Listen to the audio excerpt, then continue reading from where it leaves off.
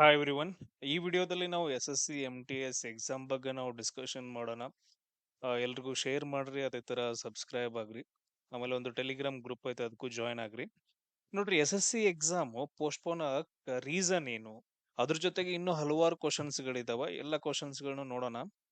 Second one ಏನ್ discussion ಮಾಡೋಣ ಅಂದ್ರೆ, S S C M T S exam ಯಾವಾಗ ನಡೆಸ್ತಾರ, ಯಾವಾಗ ಡೇಟ್ ಬಿಡ್ಬೋದು, ಆಮೇಲೆ ಇನ್ನೂ ಕೂಡ ಪೋಸ್ಟ್ಪೋನ್ ಆಗತ್ತಾ ಅದ್ರ ಬಗ್ಗೆ, ಅಥವಾ ಕ್ಯಾನ್ಸಲ್ ಆಗ್ಬಿಡುತ್ತಾ ಕಂಪ್ಲೀಟ್ ಆಗಿ ಅಂತಂದೇಳಿ. ಆಮೇಲೆ ಥರ್ಡ್ ಇನ್ನೊಂದ್ ಏನಂದ್ರ, ಇವಾಗ ಮೆರಿಟ್ ಒಳಗಡೆ ಓನ್ಲಿ ಜಿ ಕೆ ಇಂಗ್ಲಿಷ್ ಅಷ್ಟ ಕನ್ಸಿಡರ್ ಮಾಡ್ತಾರ, ಅಥವಾ ಸರ್ ರೀಸನಿಂಗು ಮ್ಯಾಥಮೆಟಿಕ್ಸ್ ಕನ್ಸಿಡರ್ ಮಾಡ್ತಾರ. ಹಲವಾರು ಜನ 108 ತರ ಹೇಳಿರ್ತಾರ. ಕರೆಕ್ಟಾ? 108 ಜನ 108 ತರ ಹೇಳಿರ್ತಾರ. ಅದೆಲ್ಲ ತಲೆ ಕೂತಿರ್ತೈತೆ. ಸೊ ನೋಡ್ರಿ, ಅದ್ರ ಬಗ್ಗೆ ನಾವು ಡಿಸ್ಕಷನ್ ಮಾಡೋಣ. ಮೆರಿಟ್ ಒಳಗಡೆ ಯಾವ್ದನ್ನ ಕನ್ಸಿಡರ್ ಮಾಡ್ತಾರ, ಕ್ವಾಲಿಫೈಯಿಂಗ್ ಯಾವ್ದಕ್ ಕನ್ಸಿಡರ್ ಮಾಡ್ತಾರ. ಆಮೇಲೆ ಫೋರ್ತ್ ಒನ್ ಇನ್ನೊಂದ್ ಏನಂದ್ರೆ, ಹಿಂದಿ ಗ್ರಾಮರ್ ಐತಾ ಇಲ್ವೋ sir. English grammar Hindi grammar ಎರಡೂ ಇರುತ್ತಂತ ಹೇಳ್ತಾರೆ. ಕೆಲವು ಜನ ಹಿಂದಿ ಗ್ರಾಮರ್ ಇಲ್ಲ ಅಂತ ಹೇಳ್ತಿದಾರ. ಸೊ ಅದ್ರ ಬಗ್ಗೆ ಡಿಸ್ಕಷನ್ ಮಾಡೋಣ. ಇಲ್ವೋ, ಸೊ ಈ ತರ ಕ್ವಶನ್ಸ್ ಗಳು ಎಲ್ಲದಕ್ಕೂ ನಾನು ಏನಂದ್ರೆ ನಿಮ್ಗೆ ಆನ್ಸರ್ ಅನ್ನ ಕೊಡ್ತೀನಿ. ಅದ್ರ ಜೊತೆಗೆ ಏನಂತಂದ್ರೆ ಟೆಲಿಗ್ರಾಮ್ ಗ್ರೂಪ್ ಐತೆ, ಅದಕ್ಕೆ ಜಾಯ್ನ್ ಆಗ್ರಿ. S S C M T S Kannada ಅಂತ ಹೇಳಿ ಅದ್ರದ್ದು ಡಿಸ್ಕ್ರಿಪ್ಷನ್ ಬಾಕ್ಸ್ ಅಲ್ಲಿ ಲಿಂಕ್ ಐತೆ.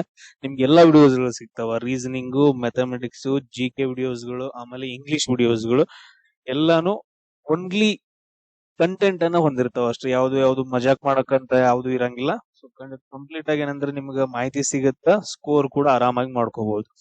ಫಸ್ಟ್ ಒನ್ ನೋಡ್ರಿ, ಎದಕ್ಕ ಪೋಸ್ಟ್ಪೋನ್ ಆಯ್ತು exam. First S S C C G L exam ನಡೀತಾ ಇತ್ತು. ಯಾವಾಗಂದ್ರ ಆಗಸ್ಟ್ ಮಂತ್ ಒಳಗಡೆ. ಆಗಸ್ಟ್ ಮಂತ್ ಒಳಗಡೆ ಮುಗಿದು ಹೋಗ್ಬೇಕಿತ್ತು. ಆಗಸ್ಟ್ 30 ಒಳಗಡೆ ಮುಗಿದು ಹೋಗ್ಬೇಕಿತ್ತು. ಅದಾದ ನಂತರ next S S C M T S exam ಅನ್ನ ಕಂಡಕ್ಟ್ ಮಾಡ್ಬೇಕಂತ ಹೇಳಿ ಎಸ್ ಎಸ್ ಸಿ ಡಿಪಾರ್ಟ್ಮೆಂಟ್ ಅವರು ಸ್ಟ್ರಿಕ್ಟ್ಲಿ ಏನಪ್ಪಾ ಅಂತಂದ ಹೇಳಿದ್ರೆ, ಇವನ್ ನೋಟಿಫಿಕೇಶನ್ ಹೇಳಿದ್ರು, ಟೆಂಟೇಟಿವ್ ಡೇಟ್, ಆಮೇಲೆ ಅವರು ರೆಸೊಲ್ಯೂಷನ್ ತಗೊಂಡಿದ್ರು. ಬಟ್ ಆದ್ರ ಸಮ್ ರೀಸನ್ಸ್ ಗಳಿಂದ, ಮಳಿ ಜಾಸ್ತಿ ಆಗೋದ್ರಿಂದ, ಆಮೇಲೆ ಫ್ಲಡ್ ಬರೋದ್ರಿಂದ ಜಮ್ಮು ಕಾಶ್ಮೀರ ಆಮೇಲೆ ನಾರ್ತ್ ಇಂಡಿಯಾದಲ್ಲಿ S S C C G L exam ಅನ್ನ ಏನ್ ಮಾಡ್ತಾರ ಅಂದ್ರೆ ಪೋಸ್ಟ್ಪೋನ್ ಮಾಡ್ತಾರ. ಸೊ ಪೋಸ್ಟ್ಪೋನ್ ಮಾಡಿ ಏನ್ ಮಾಡ್ತಾರು, ಡೇಟ್ ಅನ್ನ ಚೇಂಜ್ ಮಾಡ್ತಾರೆ. ಸೆಪ್ಟೆಂಬರ್ 20ರಿಂದ ಆಲ್ಮೋಸ್ಟ್ ಏನಂತಂದ್ರೆ ಸೆಪ್ಟೆಂಬರ್ ಮಂತ್ ಒಳಗಡೆ S S C C G L exam ಆಗುತ್ತೆ. ಸೆಪ್ಟೆಂಬರ್ 12ರಿಂದ ಹಿಡ್ಕೊಂಡು ಸೆಪ್ಟೆಂಬರ್ 26ವರೆಗೂ.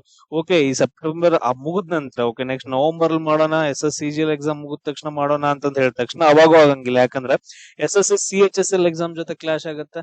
ಯಾಕಂದ್ರೆ S S C H S L exam November 12ರಿಂದ 30ವರೆಗೂ ಅಂತ ಹೇಳಿ ಶೆಡ್ಯೂಲ್ ಮಾಡಿಬಿಟ್ಟಿರ್ತಾರೆ S S C H S L exam.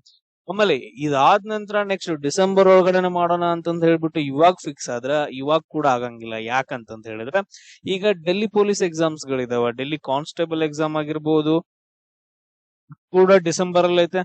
ಆಮೇಲೆ executive male and female Delhi police ಒಳಗಡೆ ಎಕ್ಸಾಮ್, ಅದು ಕೂಡ ಡಿಸೆಂಬರ್ ಒಳಗಡೆನೆ ಐತೆ. ಆಮೇಲೆ ನೆಕ್ಸ್ಟ್ ಹೆಡ್ ಕಾನ್ಸ್ಟೇಬಲ್ ಎಕ್ಸಾಮ್ಸ್ ಗಳು ಕೂಡ ಈ ರೀತಿಯಾಗಿ ಏನಂತಂದ ಹೇಳಿದ್ರೆ ಎಕ್ಸಾಮ್ಸ್ ಗಳು ಬರ್ತಾವ. ಆಮೇಲೆ ನೆಕ್ಸ್ಟ್ ಇವಾಗ ಇನ್ನೊಂದು ಎಕ್ಸಾಮ್ ನಡೀತಾ ಇತ್ತ, ರೈಲ್ವೆ ರೆಕ್ರೂಟ್ಮೆಂಟ್ ಬೋರ್ಡ್ RRB, ಇದು ಗ್ರೂಪ್ ಡಿ ಎಕ್ಸಾಮ್ಸ್ ಗಳು ಕೂಡ ಏನಂದ್ರೆ ಇವಾಗ ನಡೀತಾ ಇದಾವ. ಆ ರೀಸನ್ ಇಂದ ಇವನ್ ಡಿಸೆಂಬರ್ ಮಂತ್ ಅಲ್ಲೂ ಕೂಡ ನಿಮ್ಗೇನಂದ್ರೆ ಎಕ್ಸಾಮ್ಸ್ ಗಳು ನಡೆಯಂಗಿಲ್ಲ.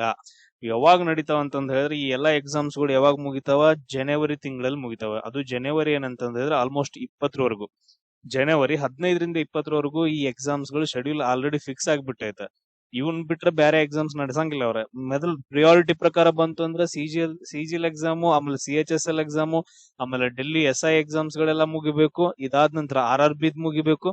ಈಗ ನೆಕ್ಸ್ಟ್ ಏನ್ ಮಾಡ್ತಾರೆ ಅಂತಂದ ಹೇಳಿದ್ರೆ S S C M T S exam ಅನ್ನ ಕಂಡಕ್ಟ್ ಮಾಡ್ತಾರೆ. ಬಟ್ ಒನ್ ಥಿಂಗ್, ಇಲ್ಲಿವರೆಗೂ ಎಲ್ಲೂ ಕ್ಯಾನ್ಸಲ್ ಅಂತಂದ ಹೇಳಿ ಎಲ್ಲೂ ಹೇಳಿಲ್ಲ ಇವರು. ಓನ್ಲಿ ಪೋಸ್ಟ್ಪೋನ್ ಅಂತಂದ ಹೇಳಿದಾರೆ. ಸೊ ಡೇಟ್ ಅನ್ನು ಕೂಡ ಏನಂದ್ರೆ ಆಲ್ಮೋಸ್ಟ್ ಫಿಕ್ಸ್ ಮಾಡ್ತಾರೆ. ಸರ್ ಇಲ್ರಿ, ಆಲ್ರೆಡಿ ಫಿಕ್ಸ್ ಮಾಡಿದ್ರು ಡೇಟ್ ರೀ. ಸೆಪ್ಟೆಂಬರ್ ಮಂತ್ ಅಲ್ಲಿ ಆಲ್ರೆಡಿ ಫಿಕ್ಸ್ ಮಾಡಿದ್ರು, ಸೆಪ್ಟೆಂಬರ್ 20ರಿಂದ.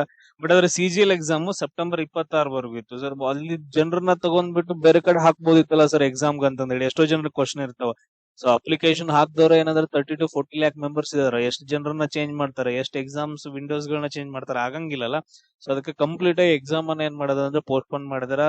ಈಗ ನೋಡ್ರಿ ಶೆಡ್ಯೂಲ್ ಗಳು ಹೆಂಗ್ ಫಿಕ್ಸ್ ಆಗಿದಾವ ಅಂತಂದ್ ಹೇಳಿದ್ರೆ, ಜನವರಿ 20ವರೆಗೂ ಶೆಡ್ಯೂಲ್ ಗಳು ಕಂಪ್ಲೀಟ್ ಆಗಿ ಫಿಕ್ಸ್ ಇದಾವ. ಯಾವ್ದು ಎಕ್ಸಾಮ್ಸ್ ಗಳು ಓವರ್ಲ್ಯಾಪ್ ಆಗಂಗಿಲ್ಲ. ಇನ್ ನೆಕ್ಸ್ಟ್ ಏನೇ ಬಂದ್ರು ಕೂಡ ಜನವರಿ 21ರಿಂದ ನಿಮ್ಗೆ S S C M T S exam ನಡಿಬಹುದು. ಆಮೇಲೆ ಡೇಟ್ಸ್ ಗಳನ್ನ ಏನ್ ಮಾಡ್ತಾರೆ ಅಂದ್ರೆ ಜನವರಿ ಫಸ್ಟ್ ವೀಕ್ ಅಲ್ಲಿ, ಅಥವಾ ಏನಂತಂದ ಹೇಳಿದ್ರೆ ಡಿಸೆಂಬರ್ ಲಾಸ್ಟ್ ವೀಕ್ ಅಲ್ಲಿ ನಿಮ್ಗೆ ಡೇಟ್ ಗಳನ್ನ ಬಿಡ್ತಾನೆ. ಬಟ್ ಆದ್ರೆ ಎಕ್ಸಾಮ್ ನಡೆಯೋದು ಜನವರಿ 20 ಮೇಲೆ ಎಕ್ಸಾಮ್ ನಡೆಯುತ್ತೆ. ಅಲ್ಲಿವರೆಗೂ ಯಾವುದೇ ರೀತಿ ಎಕ್ಸಾಮ್ಸ್ ಗಳು ನಡೆಯಂಗಿಲ್ಲ. ನಡೆದ್ರು ಕೂಡ ಏನಂದ್ರೆ ಓವರ್ಲ್ಯಾಪ್ ಆಗುತ್ತೆ. ಈವನ್ IBPS ಎಕ್ಸಾಮ್ ಗಳು ಕೂಡ ಏನಂದ್ರೆ ಡಿಸೆಂಬರ್ ಮಂತ್ ಅಲ್ಲಿ ಇದಾವೆ. ಕಂಪ್ಲೀಟ್ ಡಿಸೆಂಬರ್ ಮಂತ್ ಆಗಂಗಿಲ್ಲ. ನೆಕ್ಸ್ಟ್ ಎಕ್ಸಾಮ್ ಡೇಟ್ ಬಿಡ್ಬೋದು, ಶೆಡ್ಯೂಲ್ ಬಿಡ್ಬೋದು ಅಷ್ಟೇ ನಿಮ್ಗೆ. ಅದನ್ನ ಬಿಟ್ರೆ ಮತ್ತೇನ್ ಆಗಂಗಿಲ್ಲ. ಆಮೇಲೆ ಇನ್ನೊಂದ್ ಏನಂತಂದ್ ಹೇಳಿದ್ರ ಇದು ಎಕ್ಸಾಮ್ಸ್ ಗಳ ಬಗ್ಗೆ ಆಯ್ತು, ಎಲ್ರಿಗೂ ಕ್ಲಿಯರ್ ಆಯ್ತಲ್ಲ, ಕ್ಯಾನ್ಸಲ್ ಅಂತೂ ಆಗಂಗಿಲ್ಲ. ಆಮೇಲೆ ಸರ್ ಇವಾಗ ಟೋಟಲ್ ಆಗಿ 4 ಸೆಕ್ಷನ್ಸ್ ಗಳಿದಾವ. ಸೊ ಒಂದೇನಪ್ಪಾ ಅಂತಂದ್ ಹೇಳಿದ್ರೆ ಜಿ ಕೆ ಸೆಕ್ಷನ್ ಐತೆ, ಆಮೇಲೆ ಇಂಗ್ಲಿಷ್ ಸೆಕ್ಷನ್ ಐತೆ. ನಿಮ್ಗ ಮಾರ್ಕ್ಸ್ ಗಳು ಎಷ್ಟು ಬರ್ತಾವ ಅಂತಂದ್ ಹೇಳಿದ್ರೆ ಅದ್ರಲ್ಲಿ 70, ಆಲ್ಮೋಸ್ಟ್ 75. ಸೊ ಜಿ ಕೆ ಅದ್ರೊಳಗಡೆ 25 ಕ್ವಶನ್ಸ್ ಇರ್ತಾವ, 75 ಮಾರ್ಕ್ಸ್. ಇಂಗ್ಲಿಷ್ ಒಳಗಡೆ 25 ಮಾರ್ಕ್ಸ್ ಇರ್ತಾವ, 75 ಮಾರ್ಕ್ಸ್. ಈ ಮಾರ್ಕ್ಸ್ ಗಳು ಟೋಟಲ್ ಕನ್ಸಿಡರ್ ಮಾಡಿದ್ರೆ 150 ಮಾರ್ಕ್ಸ್ ಆಗ್ತಾವ. ಇವು ಮಾತ್ರ ನಿಮ್ಗ ಮೆರಿಟ್ ಅಲ್ಲಿ ಕನ್ಸಿಡರ್ ಆಗತ್ತ. 75 ಜಿ ಕೆದು ಮತ್ತು ಇಂಗ್ಲಿಷ್ದು ಬಿಟ್ರ 150 ಮಾರ್ಕ್ಸ್ ಬಿಟ್ರ ಬೇರೆ ಯಾವ್ದು ಕೂಡ ಇನ್ಕ್ಲೂಡ್ ಆಗಂಗಿಲ್ಲ. ಸರ್ ಹಂಗಾದ್ರೆ ಸೆಷನ್ 1 ಏನ್ರಿ, ಅದು ಕ್ವಾಲಿಫೈಯಿಂಗ್ ಅಷ್ಟ. ನೀವು ಮ್ಯಾಥಮೆಟಿಕ್ಸ್ 20 ಕ್ವಶನ್ಸ್ ಗಳು, ರೀಸನಿಂಗ್ 20 ಕ್ವಶನ್ಸ್ ಗಳು, ಟೋಟಲ್ ಆಗಿ 40 ಕ್ವಶನ್. ಅಂದ್ರ ರೀಸನಿಂಗ್ ಏನಂದ್ರೆ 20 ಕ್ವಶನ್ ಅಂದ್ರ 60 ಮಾರ್ಕ್ಸ್, ಆಮೇಲೆ ಮ್ಯಾಥಮೆಟಿಕ್ಸ್ 20 ಕ್ವಶನ್ ಅಂದ್ರ 60 ಮಾರ್ಕ್ಸ್, ಟೋಟಲ್ 120 ಕ್ವಶನ್. ಈ 120 ಮಾರ್ಕ್ಸ್ ಐತಲ್ಲ, ಈ 120 ಮಾರ್ಕ್ಸ್ ಬಿಟ್ರೆ ಟೋಟಲ್ 40 ಕ್ವಶನ್ಸ್ ಗಳಿದಾವ. ಈ 40 ಕ್ವಶನ್ಸ್ ಒಳಗಡೆ ಕ್ವಾಲಿಫೈಯಿಂಗ್ ಆಗ್ಬೇಕಂತಂದ್ ಹೇಳಿದ್ರೆ ಅಟ್ ಲೀಸ್ಟ್, ಅಂದ್ರೆ ಪ್ರಾಪರ್ ಆಗಿ ಹೇಳ್ಬೇಕಂದ್ರೆ 14 ಕ್ವಶನ್ಸ್ ಗಳು ಕರೆಕ್ಟ್ ಆಗ್ಬೇಕು. ನೀವು 14 ಹಿಡ್ಕೋಕ್ ಹೋಗ್ಬೇಡ್ರಿ. ಸೊ ಒಂದ್ 15 ಅಥವಾ 16 ಇಷ್ಟು ಕ್ವಶನ್ಸ್ ಗಳನ್ನ ನೀವು ಕರೆಕ್ಟ್ ಆಗಿ ಮಾಡಿದ್ರಿ ಅಂತಂದ್ ಹೇಳಿದ್ರೆ ಸಾಕ್, ಇನಫ್. ನೀವು 40 ಮಾಡ್ಬೇಕಂತ ಅಲ್ಲ, ಅಟ್ ಲೀಸ್ಟ್ ಏನಂತಂದ್ ಹೇಳಿದ್ರೆ 14 ಕ್ವಶನ್ಸ್ ಗಳು ಕರೆಕ್ಟ್ ಆಯ್ತು ಅಂತಂದ್ ಹೇಳಿದ್ರೆ ಇದು ಎಕ್ಸಾಮ್ ನಿಮ್ದು ಕ್ಲಿಯರ್ ಆಗುತ್ತೆ. ಅಂದ್ರೆ ನೀವು ಕ್ವಾಲಿಫೈ ಆದ್ರಿ. ಟೋಟಲ್ 40 ಕ್ವಶನ್ಸ್ ಒಳಗಡೆ ಮ್ಯಾಥಮೆಟಿಕ್ಸ್ ರೀಸನಿಂಗ್ ಒಳಗಡೆ 40 ಕ್ವಶನ್ಸ್ ಒಳಗಡೆ ಎಟ್ ಲೀಸ್ಟ್ 14 ಕ್ವಶನ್ಸ್ ಗಳು ಕರೆಕ್ಟ್ ಆಯ್ತು ಅಂದ್ರೆ ನೀವು ಕ್ವಾಲಿಫೈ ಆಗ್ತೀರಿ. ಅವಾಗ ಏನ್ ಮಾಡ್ತಾರ ಅಂದ್ರೆ ಸೆಕೆಂಡ್ ಸೆಷನ್ ಮೆರಿಟ್ ಡಿಸೈಡಿಂಗ್ ಮಾಡೋ ಸೆಷನ್ ಅನ್ನ ಏನ್ ಮಾಡ್ತಾರ ಅಂದ್ರೆ ಜಿ ಕೆ ಇಂಗ್ಲಿಷ್ ಕ್ವಶನ್ಸ್ ಗಳನ್ನ ಚೆಕ್ ಮಾಡ್ತಾರ. ಇಲ್ಲ ನೀವು ಇದ್ರಲ್ಲಿ ಕ್ವಾಲಿಫೈ ಆಗ್ಲಿಲ್ಲ ಅಂತಂದ್ರೆ ಅವ್ರು ನೆಕ್ಸ್ಟ್ ಹೋಗೋದೇ ಇಲ್ಲ. ಎಲ್ರಿಗೂ ಕ್ಲಿಯರ್ ಆಯ್ತು. ಆಮೇಲೆ ನೆಕ್ಸ್ಟ್ ಇನ್ನೊಂದ್ರಿ ಸರ್, ಈಗ ಕೆಲವೊಂದ್ ಜನ ಏನಂದ್ರೆ ತುಂಬಾ ವೇಸ್ಟ್ ಮಾಡ್ಕೊಂತಿದಾರೆ ಟೈಮ್. ಮ್ಯಾಥಮೆಟಿಕ್ಸ್ ಪ್ರಾಬ್ಲಮ್ಸ್ ಗಳು ಸಾಲ್ವ್ ಮಾಡೋದೇನೋ, ರೀಸನಿಂಗ್ ಮಾಡಿಸ್ಕೊಳ್ಳೋದೇನೋ. ನೋಡ್ರಿ ಟೋಟಲ್ ಆಗಿ ಐತೆ.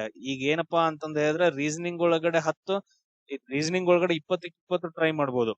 ಮ್ಯಾಥಮೆಟಿಕ್ಸ್ ಒಳಗಡೆ ಒಂದೊಂದು 5-6 ಕ್ವಶನ್ಸ್ ಗಳಾಗುವಷ್ಟು ನೀವು ಪ್ರಿಪೇರ್ ಆದ್ರೆ ಸಾಕು. ಟೋಟಲ್ ಆಗಿ ಏನಂತಂದ್ರೆ 20-25 ಕ್ವಶನ್ಸ್ ಗಳು ಕರೆಕ್ಟ್ ಆಗ್ತಾವ ಹಿಂದು ಮುಂದು ಅಂತಂದ್ ಹೇಳ್ಬಿಟ್ಟು.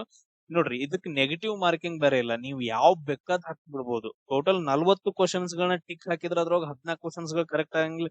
ಎದ್ರ ಸಂಬಂಧ ವೇಸ್ಟ್ ಮಾಡಕತ್ತರ ಟೈಮಿಂಗ್. ಒಂದ್ ಸಾರಿ ಓದ್ಕೊಂಡ್ಬಿಟ್ರೆ ಸಾಕು, ರೀಸನಿಂಗ್ ಮ್ಯಾಥಮೆಟಿಕ್ಸ್ ಆ ರೀತಿಯಾಗಿ ಪ್ರಿಪರೇಷನ್ ನಿಮ್ದಿರ್ಲಿ. ಏನ ನೀವು ಇಂಪಾರ್ಟೆನ್ಸ್ ಕೊಡ್ಬೇಕಾದ್ರೂ ಕೂಡ ಜಿ ಕೆ ಸೆಕ್ಷನ್ಗೆ ಆಮೇಲೆ ಇಂಗ್ಲಿಷ್ ಸೆಕ್ಷನ್ಗೆ ಏನಂದ್ರೆ ತುಂಬಾ ಪ್ರಿಫರೆನ್ಸ್ ಕೊಡ್ಬೇಕಾಗತ್ತೆ. ಆಮೇಲೆ ನೆಕ್ಸ್ಟ್ ನೋಡ್ರಿ ಇದ್ರಲ್ಲಿ ನೆಗೆಟಿವ್ ಮಾರ್ಕಿಂಗ್ ಇರುತ್ತೆ. ಸೆಷನ್ 2ನೇ ಒಳಗಡೆ ಜಿ ಕೆಗೆ ಮತ್ತು ಇಂಗ್ಲಿಷ್ಗೆ 1 ಮಾರ್ಕ್ ಏನಂತ ರಾಂಗ್ ಆನ್ಸರ್ ಡಿಡಕ್ಷನ್ ಇರ್ತೈತೆ. ಇದನ್ನ ನೀವು ನೆನ್ಪಿಟ್ಕೋಬೇಕು. ಆಮೇಲೆ ನೆಕ್ಸ್ಟ್ ನೋಡ್ರಿ ತುಂಬಾ ಇಂಪಾರ್ಟೆಂಟ್ ಇನ್ನೊಂದ್ರಿ ಸರ್, ಹಿಂದಿ ಗ್ರಾಮರ್ ಐತೇನಿಲ್ರಿ. ಹಿಂದಿ ಗ್ರಾಮರ್ ಐತೇನಿಲ್ರಿ ಅವ್ನ್ ಕ್ಲಿಯರ್ ಆಗಿ ಕೊಟ್ಟಿದ್ದಾನ ಇಂಗ್ಲಿಷ್ ಅಂತಂದ್ರೆ. ಸೊ ಇಂಗ್ಲಿಷ್ ಅಂಡ್ ಹಿಂದಿ ಇವನ್ ಇದ್ರಲ್ಲಿ ರೀಜನಲ್ ಲ್ಯಾಂಗ್ವೇಜಸ್ ಅಲ್ಲೂ ಕೂಡ ಏನಂದ್ರೆ ಎಕ್ಸಾಮ್ ನಡೀತೈತೆ.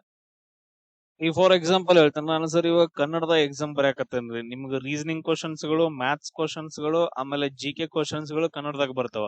ಬಟ್ ಅದ್ರ ನೆಕ್ಸ್ಟ್ ಏನ್ ಜಿ ಕೆ ಇಂಗ್ಲಿಷ್ ಗ್ರಾಮರ್ ಏನೈತಲ್ಲ ಅದ್ ನೀವು ಇಂಗ್ಲಿಷ್ ನಾಗ ಬರೀಬೇಕು. ನಿಮ್ಗೆ ಅದೇನಂತಂದ್ ಹೇಳಿದ್ರೆ ಕನ್ನಡದಾಗ ಕೊಡಂಗಿಲ್ಲ.